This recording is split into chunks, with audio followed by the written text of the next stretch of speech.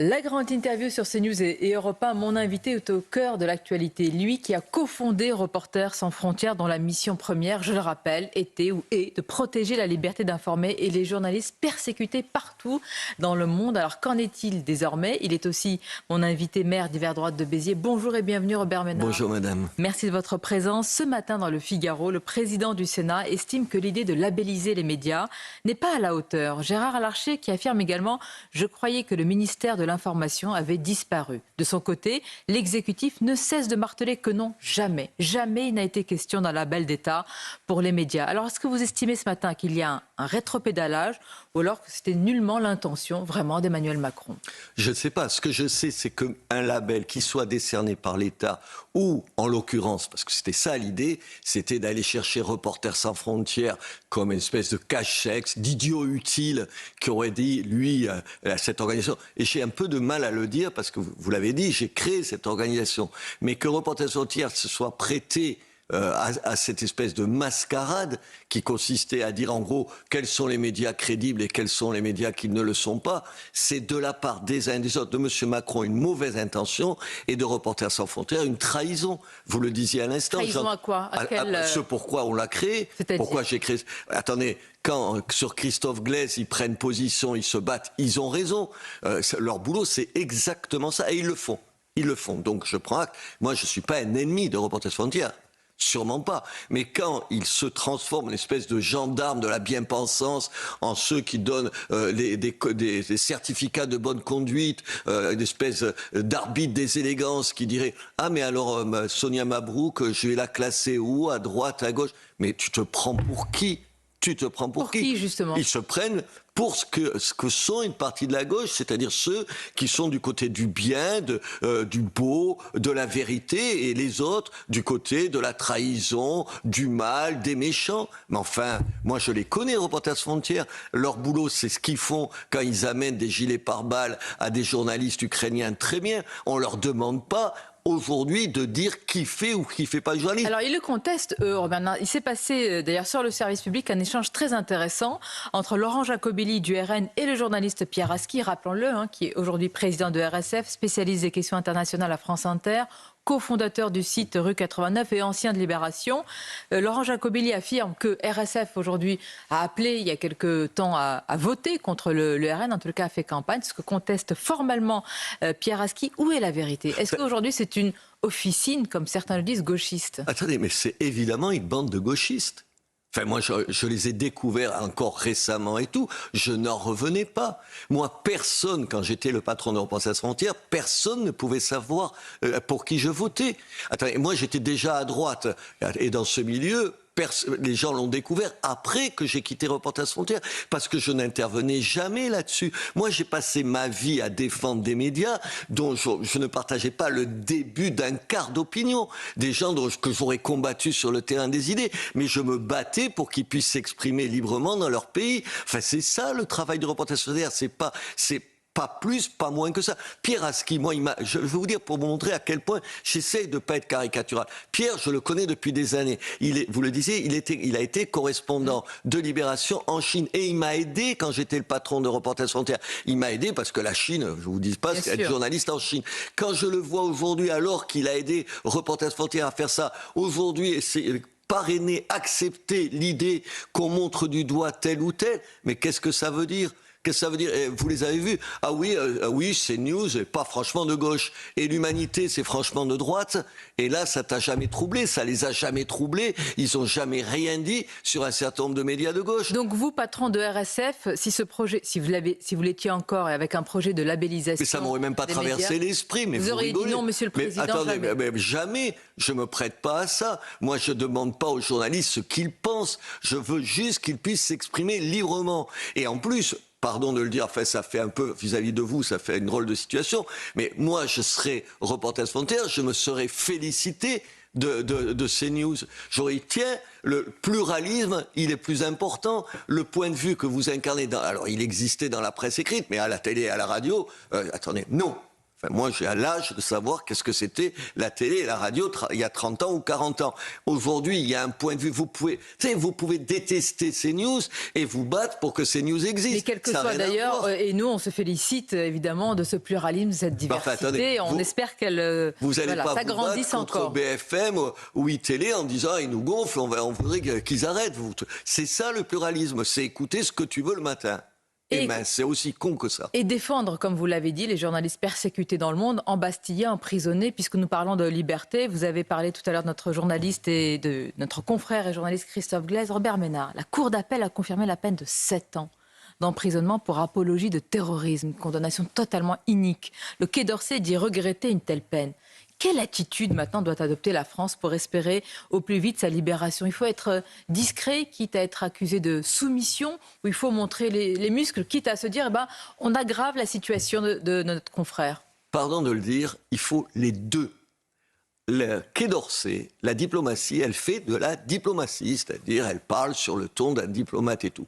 Et nous, la société, je ne dis pas la société civile, je déteste ça, les médias, le monde sportif, tiens, oui. On n'a pas entendu tout le monde dans le monde sportif. C'est-à-dire par exemple, quelqu'un comme, alors je prends l'icône des icônes, si je peux dire, Zinedine Zidane, aurait pu s'exprimer. Attendez, sachant qu'un mot de sa part, évidemment, est il n'aurait pas pu s'exprimer, mais il aurait eu le devoir de s'exprimer. Le devoir, l'obligation morale de s'exprimer. Pour rappeler à la libération de Christophe Je l'ai Glaise. entendu sur d'autres thèmes, quand il s'agissait de prendre ses distances avec la droite ou l'extrême droite, comme ils disent, là, il l'entendait. Bien sûr qu'il faut le dire. Attendez, il n'y a pas assez de joueurs. On peut citer des joueurs qui sont exprimés sur l'affaire Naël. C'est passé en France, mais vous dites que, eu égard à ses relations avec l'Algérie, son fils d'ailleurs qui joue en Algérie, il devrait s'exprimer sur le sort de Glaise. Ils ont le poids, l'autorité, ils sont à l'abri de tout. Personne ne va s'en prendre à lui, personne, et sûrement pas le gouvernement algérien. C'est une icône. C'est à ce moment-là qu'il faut dire un certain nombre de choses.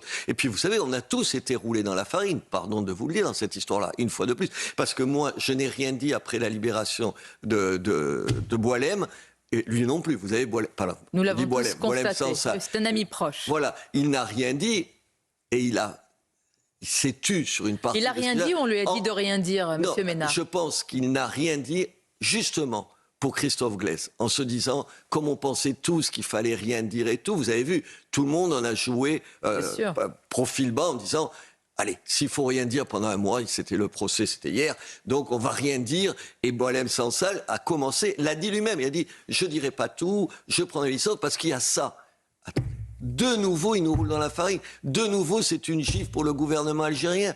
Moi, je vais arrêter de me taire. J'avais mis des banderoles pour Boualem Sansal. Je mettrai des banderoles pour D'ailleurs, on Christophe. peut noter que vous avez été l'un des seuls, si ce n'est le seul, pour Boualem Sansal. À le faire? Oui, j'attends de voir. Mais enfin, comme si... Vous savez, on ne va pas en discuter là, mais sur l'Algérie, il y a une espèce de terreur, comme s'il fallait toujours aller cirer les pompes. On pense à la famille de Christophe Glaise qui a été abasourdi. Vous avez entendu ce matin? Effectivement, le frère abasourdi, notamment. Effectivement, Vous vous rendez compte, sa maman? Vous vous rendez compte? Évidemment, évidemment. Pensez à eux. Question dans l'actualité aussi à Monsieur le maire, Robert Ménard. Il y a les questions de délinquance, d'insécurité. Vous avez vu cette décision assumée de la préfecture de police de Paris d'annuler le concert pour le 31 décembre sur les Champs-Élysées, tout un symbole. Est-ce que vous estimez que c'est une décision lucide eu égard aux menaces ou alors que c'est une forme de défaite de la sécurité? Pardon, les deux. Je ne suis pas sûr, si j'étais maire de Paris, de ne pas accepter, me résigner à ne pas faire le concert. Vous voyez, j'essaye de ne pas être caricatural par rapport... C'est quand même un symbole d'impuissance. On s'adapte aux délinquants. C'est pour ça que je vous ai dit les deux. Ça veut dire qu'on a perdu la bataille, madame. Attends, ça veut dire quoi, là? J'ai entendu M. Nunez, sûrement à raison, dire qu'il faut faire par rapport au marché de Noël. Alors, je ne sais plus s'il faut faire parler de marché de Noël. Vous avez vu que c'est plus dans l'air du temps. J'ai remarqué, oui. Marché d'hiver. Certains résistent avec une crèche dans leur mairie. Je pense qu'il a sûrement raison, mais ça veut dire qu'on a perdu une bataille. On a perdu aujourd'hui une bataille. Moi, je ne veux pas me résigner à supprimer tout un tas de choses dans ma ville. Et on est parti pour ça. On a l'impression qu'on s'adapte aux délinquants partout, y compris en prison. Ce matin, sur Europe 1, un reportage édifiant de Charles Lullier sur la peur des gardiens de prison de la prison de Béziers, qui risquent leur vie quotidiennement face à des détenus qui disposent de tout, d'armes blanches, de tout ce qu'ils souhaitent, et qui se payent le luxe également de menacer, d'avoir une forme de chantage sur les gardiens de prison. On a l'impression que ces prisons sont devenues des zones d'un autre droit, de non-droit. C'est le cas ? Mais parce qu'on est toujours, madame, dans la mauvaise conscience. Tu es en prison, c'est parce que tu as fait un certain nombre de choses. Donc, c'est pas un lieu de vie, c'est un lieu de privation de liberté. Moi, je ne comprends pas qu'on propose, enfin, vous avez vu des gens qui sortent pour aller voir des sorties culturelles, mais je t'en foutrais des sorties culturelles. Il y a tout un tas de gens qui n'ont pas les moyens de se payer les sorties culturelles, en l'occurrence, mais les prisonniers ont fait des sorties culturelles. L'ancien garde des Sceaux, Éric Dupond-Moretti, défend cela. Il dit arrêtez de vouloir une justice répressive. C'est normal qu'il y ait des sorties, c'est normal qu'il y ait des remises de peine, c'est normal qu'il y ait une volonté de réinsérer. Mais madame, moi je suis content que ces gens-là soient en prison et qu'ils soient plus dans la rue. Et je n'ai aucune envie de leur faire des cadeaux. Ils ont fait des cadeaux aux gens qu'ils ont attaqués, volés, violés, menacés, parfois tués. Ils leur ont fait des cadeaux, ils leur ont laissé une chance. Non. Alors ils le payent. Ça ne veut pas dire, attendez, moi je ne dirais pas qu'il y a des prisons 4 étoiles, c'est pas vrai, les prisons 4 étoiles, mais il y a à l'intérieur il y a des prisons passoires surtout. Il y a des prisons passoires et il y a des juges d'application des peines, parce que c'est ça sur lequel il va falloir un jour s'interroger. Et supprimer ? Ben oui, je pense que oui. Attendez, mais je suis peut-être bêtasson. J'ai été juré une fois. Et oui, ça arrive, vous savez, vous êtes tiré au sort. Bien sûr, donc ça pourrait vous arriver. Je ne savais pas que vous l'aviez été dans une affaire des affaires de viol. Et donc, de viol et pour un d'assassinat. Et donc, il n'y avait pas de discussion. Et je me rappelle, au moment où on délibère, la présidente du tribunal, qui a évidemment de l'influence sur vous, parce que vous y connaissez rien, elle est là, mais que vous avez fréquenté, qui dit, c'est pour ça que je vous dis ça, qui dit, oui, mais attention, si vous voulez vraiment qu'il fasse 10 ans de prison, il faut le condamner à 20. Et je me dis, je vous jure sur la tête de mes enfants qu'elle m'a dit ça. Mais je me dis, mais qu'est-ce que c'est ça ? Normalement, tu condamnes quelqu'un à 10 ans, il fait 10 ans de prison. Il n'en fait pas la moitié. Moi, je pense que si déjà, c'est tout bête, il n'y a pas besoin de faire des révolutions. Si on avait plus de places de prison, et si les gens, quand ils sont condamnés à 1 mois de prison, ils font 1 mois de prison. 1 an de prison, il fait 1 an de prison, et même la première fois où il est condamné. Je vous garantis que ça changerait des choses. Sur le plan politique, Robert Ménard, vous qui ne cessez de réclamer l'union des droites et de prôner depuis toujours le dépassement des clivages, c'est désormais confirmé. Le Rassemblement national va donc présenter un candidat face à vous à Béziers. Le divorce est consommé s'il y avait eu mariage. Mais que vous reproche-t-il ? De les critiquer sur un certain nombre de points. Et je les critique.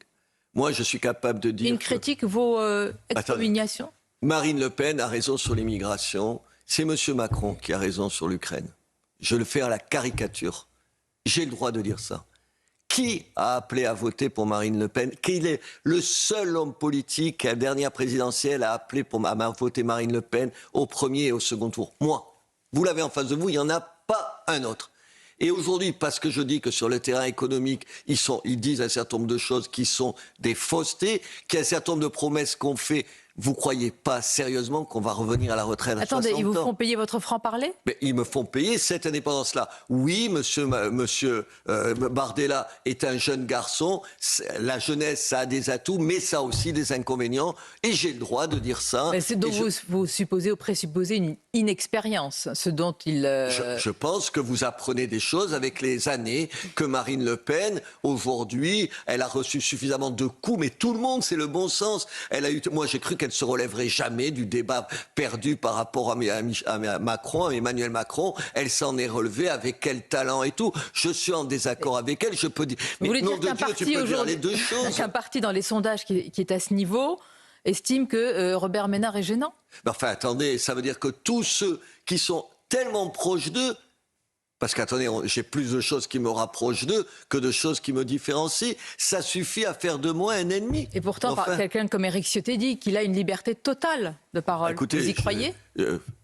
J'espère pour lui. Voilà, j'ai décidé d'être gentil ce matin, j'espère pour lui. Moi, je n'ai pas envie... Écoutez, on parle de... On vous préfère libre que gentil, c'est le plus important. Mais oui, mais moi, je peux être critique, je peux vous estimer, madame, et vous critiquer sur un point. C'est pas pour ça qu'on va se faire la guerre civile. Aujourd'hui, on a besoin d'être tous ensemble. toute la droite. Je plaide depuis 10 ans. J'ai été le premier à plaider pour ça. Marine Le Pen dit c'est pas l'union des droites, c'est l'union des patriotes. Elle l'appelle comme elle veut. Aujourd'hui, ne pas être capable de se retrouver au coude à coude, ensemble, face à la gauche... Ça dit quoi ? Ça dit quoi pour vous ?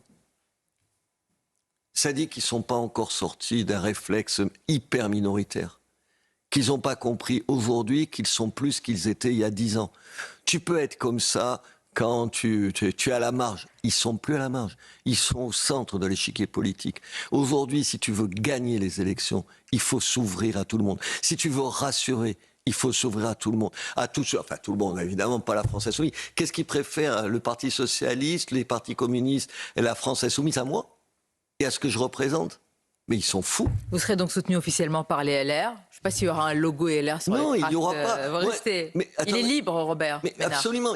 Mais la dernière fois, ils m'ont soutenu, il n'y avait pas de logo. En plus, le comble, c'est que dans ma majorité aujourd'hui, il y a des militants RN et LR. Et ça va très bien. Ça fait 12 ans qu'on dirige cette mairie, peut-être pas si mal que ça. La preuve qu'on peut travailler ensemble. En 1 minute, si c'est possible, Robert Ménard, des questions courtes qui appellent à des réponses rapides. Vous persistez signé pour la crèche de Noël dans la mairie de Béziers. Rien ne vous fera reculer. Attendez, hier, je vous annonce que hier, l'avocate de la Ligue des droits de l'homme a de nouveau saisi en référé. Mais enfin, quelle folie.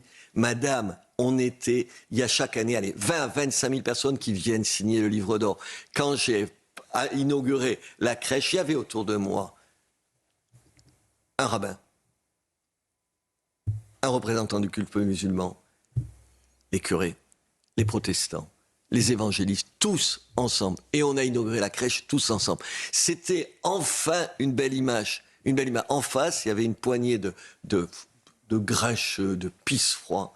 Quand les petits chanteurs de la Trinité, c'est nos chanteurs à nous, la chorale, s'est mise à entonner les chants de Noël, je suppose que vous n'avez pas besoin d'être catholique pour aimer les chants de Noël. Ils ont sifflé les chants de Noël. Et oui, d'un côté, il y a le sourire des gens qui ont envie que Noël soit un moment où on se retrouve tous. Et de l'autre côté, il y a des gens qui sont d'un sectarisme, qui sont tous qu'on n'aime pas. Ils aiment pas la crèche parce qu'ils n'aiment pas la France, parce qu'ils n'aiment pas ce qu'ils sont. C'est ça le pire. Ils n'aiment même pas ce qu'ils sont. Robert Ménard, merci. L'homme du rassemblement, y compris œcuménique. Et donc, je suppose qu'il faut vous dire bonne fête de Noël, monsieur Ménard. Oui, bonne fête d'hiver, vous les gardez. J'ai compris. Merci. Bonne journée. Merci.